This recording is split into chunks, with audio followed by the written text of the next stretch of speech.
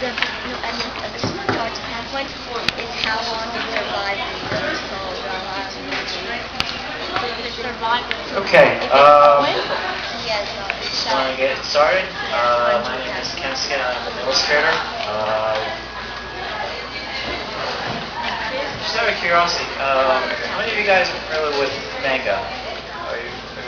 How many of you guys are seen manga or drawn manga before?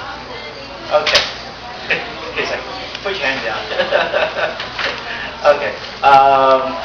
Manga is sorry. Strip over here.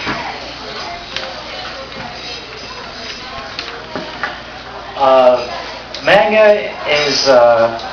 has actually exploded over culturally over the past 15, even since 20 years, I guess. I remember back in the early 90s, I guess, when I was still, mid-90s, I was shopping my portfolio just for a freelance job, and back then, no publisher really wanted to see manga. Most publishers were interested in only taking risks on very few titles that were proven to be extremely successful in Japan.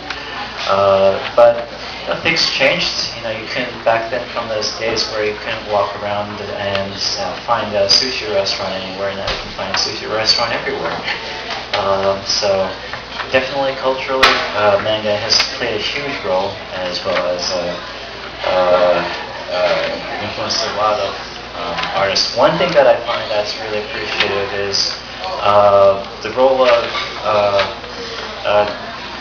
gender, in a sense that there are a lot of before you had the American comics where mostly the boys were, or the guys were interested in drawing, and all of a sudden with manga we have such diverse topics. They have shoujo manga, they have shonen manga, and it's involved a lot of not just boys but also girls, and a lot of other of various ages inspire them to pick up a pencil and start drawing. My mother, she's a Japanese language school teacher. She's been teaching Japanese for the past 14 years or so.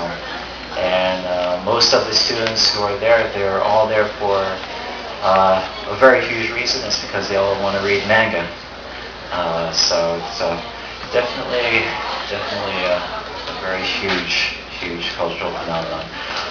Interestingly to note, if you browse stores around, especially the selection of titles, you'll see a lot of the mainstream and popular titles, including some of the titles which you may not see that much in the Japanese anime festivals.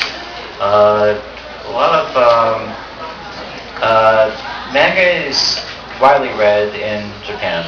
You see, if you walk in the subways, you're riding the subways to work, you'll see a lot of businessmen in coat and tie in their early, maybe in 50s or 60s, and they'll be seriously reading their weekly shonen magazine.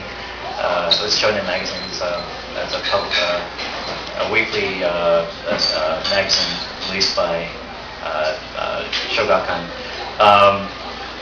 And they'll be astutely reading and looking through their famous, their favorite titles. Yeah, they cover from not just action. There are manga about anything from politics to sports, even about cooking. There's comics about cooking. One in particular that kind of I like a lot was called Cooking Papa, and it's basically about this father who goes on to be a great cook, and they show all the recipes and how to make their favorite dishes, the Japanese dishes. There's even titles about how to play Japanese Go. For those who are familiar with Go, it's like a version of Othello. You just put different beads and try to occupy the most space on the board as possible. So those are just, it's a huge range of titles. There's one of my favorite ones is I wonder if there's any translation. Are you familiar with Kasai no Hito? Kasai no Hito. I don't know how to translate. Yeah, it's hard to explain. It's a comic book about a lawyer way back from he released in the 70s, I guess. So I mean, I'm a little bit, I'm an 80s kid, so I'm a little bit but it's about a lawyer who basically takes care of domestic issues, and it's actually quite interesting, I thought. So with that bear in mind, the range of audience in terms of what manga encompasses is very, very diverse, and that's why I think what makes it very special. Part of the appeal, what I think about manga is precisely its style. It's very simple. It's not, well, it's simple enough that it's based on large shapes. You have the big eyes, you have a small nose and small mouth, and that basically, it's very expressive, simple, and a lot of 5-year-olds or children or even adults who want to try something different, they start picking it up, and they pick it up and they get very effective results, and then without having to know all the external obliques and oculi and all the anatomy terms and everything like that. So basically what I want to do, just to start off, is for those of you who are familiar with manga, or those who are new to manga, I just want to kind of give a little bit of a demonstration, if you will, just to kind of show some of the characteristics. For those of you who are familiar with manga, are you familiar with manga? You're probably familiar with manga, right? Younger? Oh, okay. You're way ahead of your parents, so just be patient, okay? They'll catch up soon. Okay. Draw manga? Can you guys draw manga? No. Draw manga? Okay. He's gonna show you. All right, I won't feel so bad now.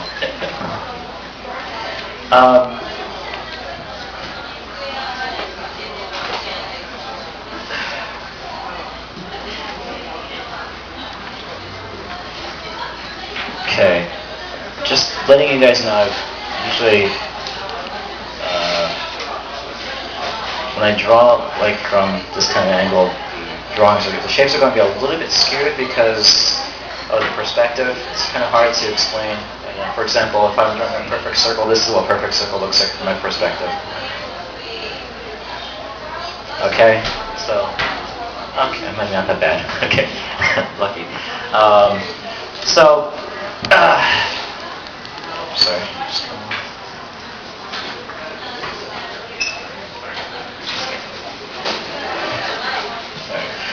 Okay, usually manga with Marvel comics or more of the traditional American comics, you have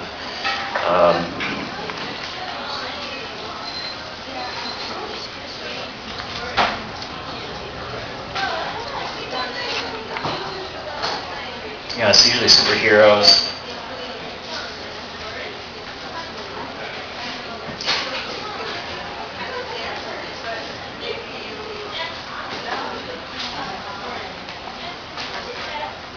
And then they have it's fairly realistic. You have the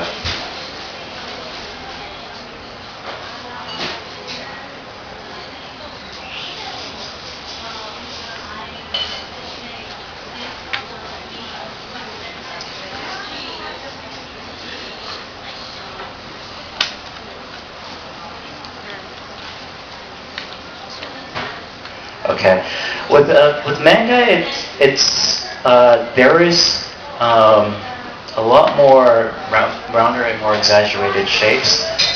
For example, are you familiar with Astro Boy? Anybody familiar with Astro Boy? Okay, thanks. 3 out of the whole entire store. Great. Astro Boy Tezuka Osamu, he's one of the pioneers of Japanese manga. Yes, thank you. Astro Boy. Okay.